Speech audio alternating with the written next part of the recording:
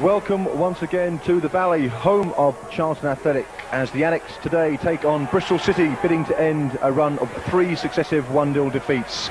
Let's look first at the home side and note one change from that defeat last week at Kenilworth Road, Luton, and that is at number 7, where Scott Houghton has joined Charlton on a month's loan from Tottenham Hotspur, and Houghton indeed comes straight into the side this afternoon for his first game for Charlton Athletic. Danny Warden therefore drops down to the substitutes bench.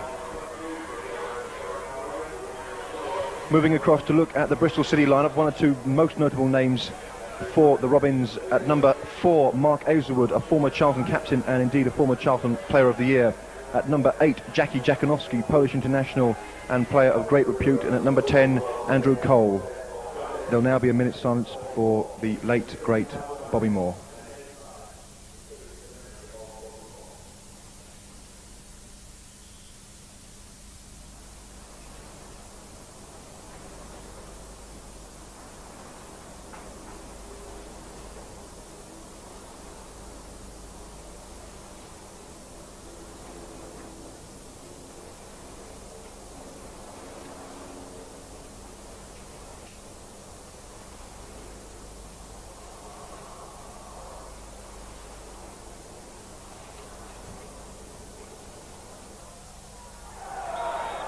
So it's Charlton Athletic to get us underway, kicking from right to left, red shirts, white shorts and red socks, attacking the south stand here at the Valley. Bristol City in a change strip, a quite unpleasant change strip, it has to be said, of purple shirts and green shorts.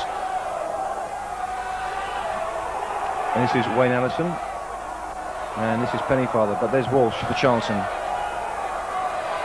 Looking up and finds Houghton with an early touch, and now Houghton with the ball from Leaburn, and he got the shot in, and it was deflected for a corner by Matt Bryant. Walsh gets the ball away. Llewellyn and Pennyfather. Forward from Munro. Webster got up, and it might fall for Gary Shelton, but Charlton get it away. This is Pitcher. Nelson's giving chase, but Munro gets in there in front of Gary Nelson, and it's all a bit scrappy in midfield at the moment. This is Bryant. Now Webster's got to give chase, and Salmon has got to come out, and Salmon gets the ball clear for Charlton. Bryant with a good header. Well, it looked like a player offside there. There's definitely a player offside, surely, but the referee, Graham Pole, waves play on. This is Andrew Cole. And Pardew getting in a bit of a tangle there, and this is Allison, and now Mark Gavin, and the ball into the near post, and there is the goal for Andrew Cole, and Bristol City have taken the lead after less than 3 minutes here at the Valley, and Charlton, I'm sure, will turn to that early decision when the referee waved play on, when there was clearly a man offside, and they will say that Charlton should have had a free kick, but Andrew Cole has given City the lead. It's 1-0 to Bristol City.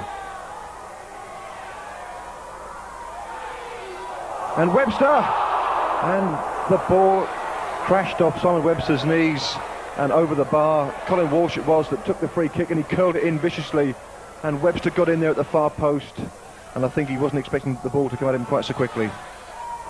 And Webster again with a shot, and all deflected by Bryant, and that could have gone anywhere, in fact. But I think the referee may actually have given offside. So it's Walsh with the corner. It's short for Houghton. Walsh will get another chance to get the ball across. And now Houghton with a chance, and a good tackle coming in. Webster gets in there. Pardew tries to get it square. Houghton with another shot. It's blocked. Nelson's shot blocked again. And Mark Aizlewood gets the ball away. It's off Nelson, and it's a goal kick to Bristol City. This is Dziekanowski. Gary Shelton. And now there's a chance possibly for Allison, and he tried to hook it over his shoulder. It was easy for Salmon in the end. And he's given the ball early to Colin Walsh on this near side, the east terrace touchline. Walsh, I think he wants Leaburn to make the run. It might fall for Nelson. It's going to be a throw-in to Charlton on this near side.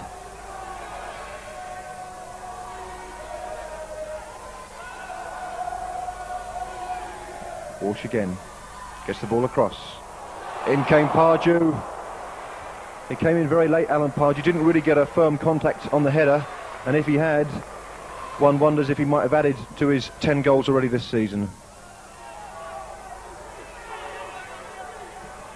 This is Walsh. Oh, there's a chance there for Pardew. The ball was swinging away from him all the time. Balmer. Houghton. Bursting between two players. Is that a good challenge by Gavin? The referee seems to think so. Balmer swinging to get into the box. Leaburn's come, Welch has come, and they've both missed it, and it's hooked away.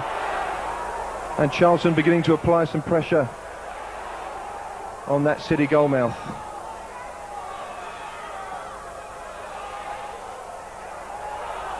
This is Mark Gavin. And now Cole is through. And a good save by Mike Salmon. He was off his line very quickly indeed, the Charlton goalkeeper.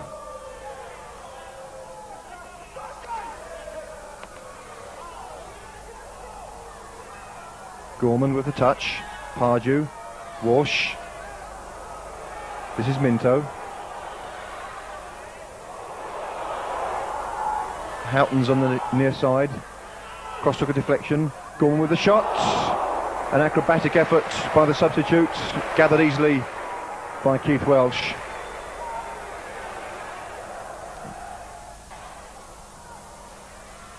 Gatting. Walsh again. Dispossessed by Shelton. And this is Mark Aizlewood. Munro. And Webster had to get a second bite at it. Balmer's gone down in a heap. Balmer looks injured. And I think Pennyfather is down as well. The South End number 6. Russell Osman, the City player manager, he's in there as well. And it looks as if Stuart Balmer will take no further part in this match. Pennyfather is limped rather gingerly to his feet, but Stuart Balmer is going off and will be replaced by Danny Warden.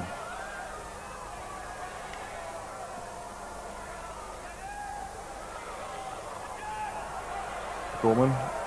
Leaburn was held, I thought. Welsh gets the ball clear. No foul, says the referee.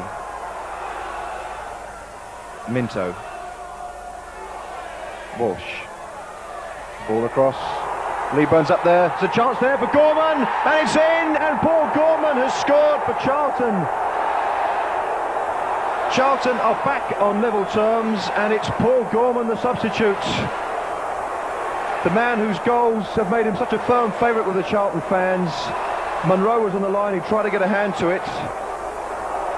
But Gorman was the man who did the damage, and it's one apiece.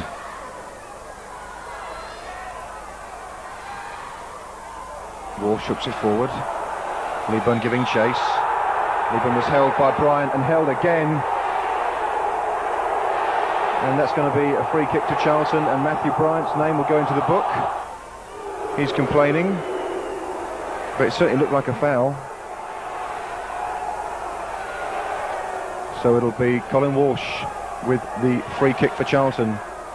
They're in the last couple of minutes here at the Valley. Houghton runs over it. Walsh. The keeper's in trouble, and Gatting! And Steve Gatting has won it for Charlton in the last minutes. Steve Gatting got the header. The goalkeeper was all at sea. Leaburn got up there, caused a lot of problems. You'll see on the replay the ball coming in from Colin Walsh. Leaburn was right in the middle there, so was Webster. Welch couldn't get a hand to it, and Steve Gatting nudged it over the line, and it's 2-1 to Charlton.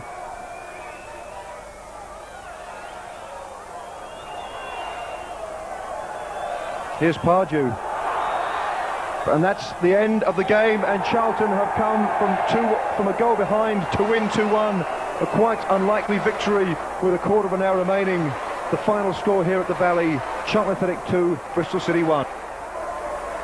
Alan, how's morale after that win against Bristol City? Must be on a high. Yes, I mean, we was delighted to win. After the 3 defeats on the spin, we needed to get a win. It wasn't the perfect performance, but we needed a result. We feel the 3 games we lost, perhaps we didn't do as well as we could do. I feel if we had done anything like we could have done, I think we'd have won something. That was all 0-0 draws really. We didn't get the rub of the green. I would have been happy with 3 draws with the 3 defeats we got. But the game against Bristol, it was a nice result for us. And if we can, I believe if we can play anything like we can, I think we'll start moving back up the table. We also asked skipper Simon Webster if the team were pleased at finally ending their run of defeats. Simon, the lads must have been very, very pleased to break that losing sequence with the game against Bristol City last week. Yeah, I think we was all disappointed. We went 3 games and we lost each game by the odd goal. I don't think we actually deserved to lose the games, but that's why it went. And fortunately we got a last-minute winner against Bristol City on Saturday. I mean, losing all 3 games 1-0 would seem to suggest that we're not too bad at the back, but we still need a little bit of punch up front.